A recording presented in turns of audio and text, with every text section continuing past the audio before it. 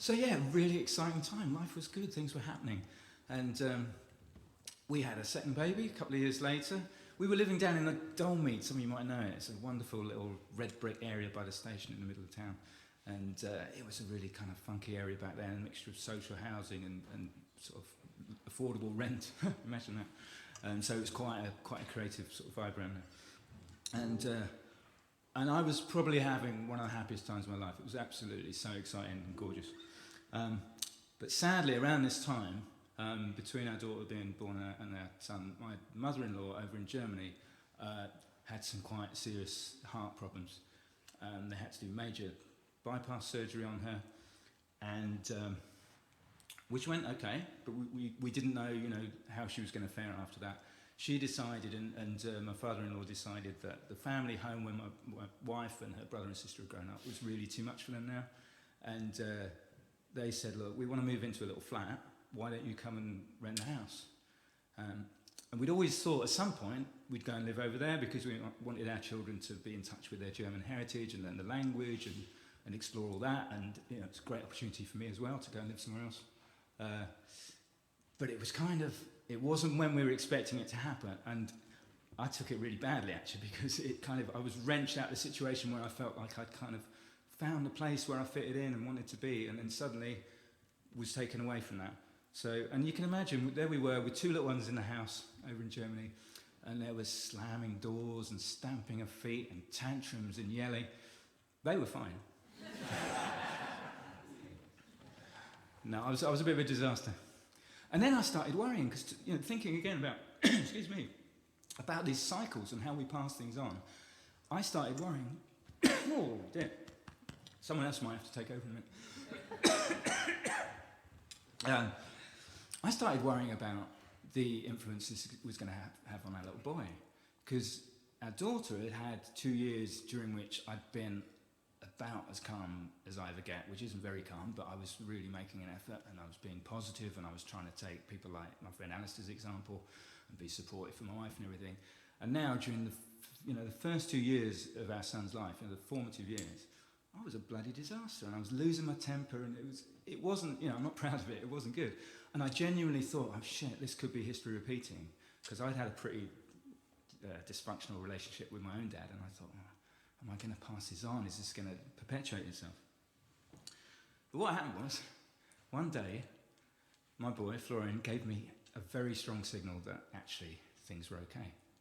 And it was our daughter's 5th birthday over in Germany, and she was at kindergarten at this point. So she had all her chums come round, and there were boys and girls, and with no influence from us, I've got to say, the girls all took themselves off into the kitchen, and they sat around the table, and they did face painting, and they made pictures and played nicely together, and the boys just wanted to kick the shit out of each other, basically. So I thought, right, the best thing I can do is engage with the boys and stop them trashing the house. So I did. There I was in the living room, kind of play fighting with these boys.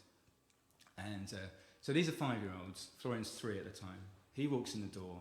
He sees these bigger boys fighting with his dad, and he comes in.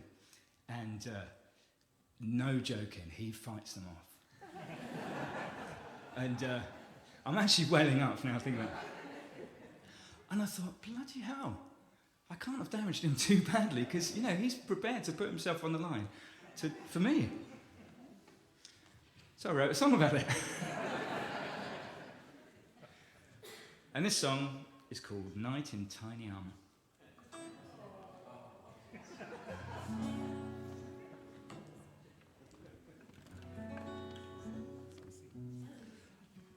Got to apologise for my guitar playing now.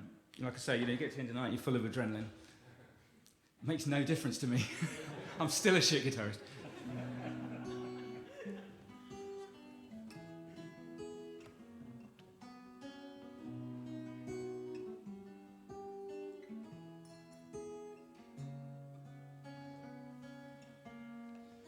Mum and sister took more love than I knew I had inside.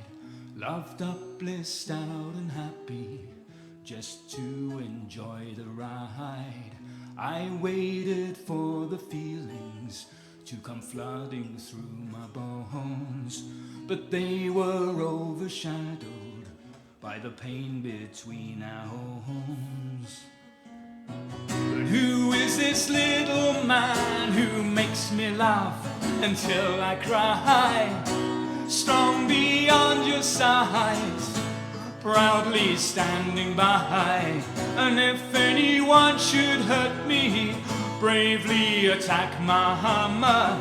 I know I'll always love my knight in tiny armor.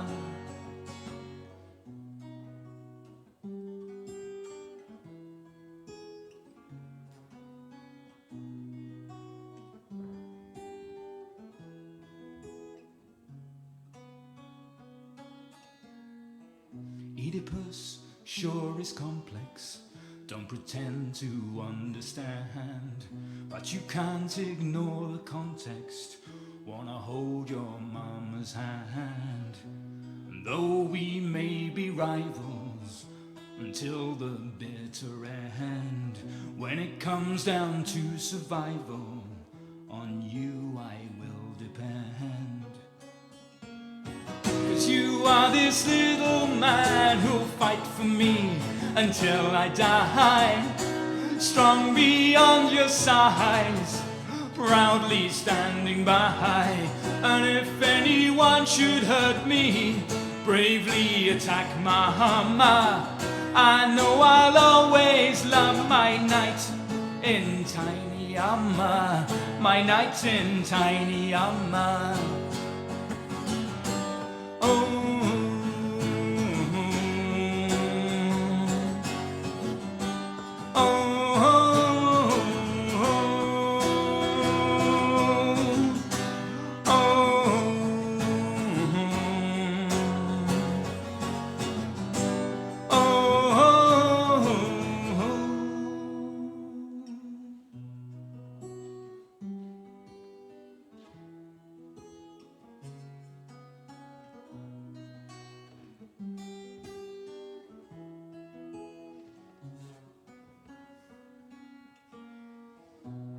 And through all the trouble that is sure to ensue, for me it will be double.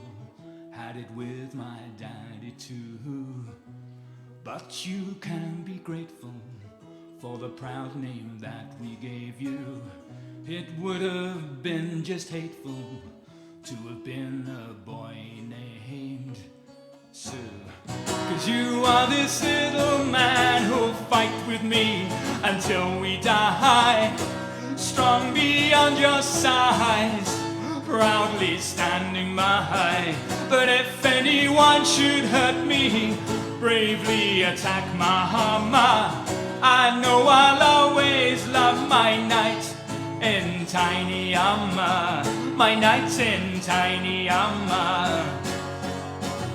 My knight in tiny armor, come to defend me. My knight in tiny armor, brave as can be. My knight in tiny armor, although you're only 3. My knight in tiny armor.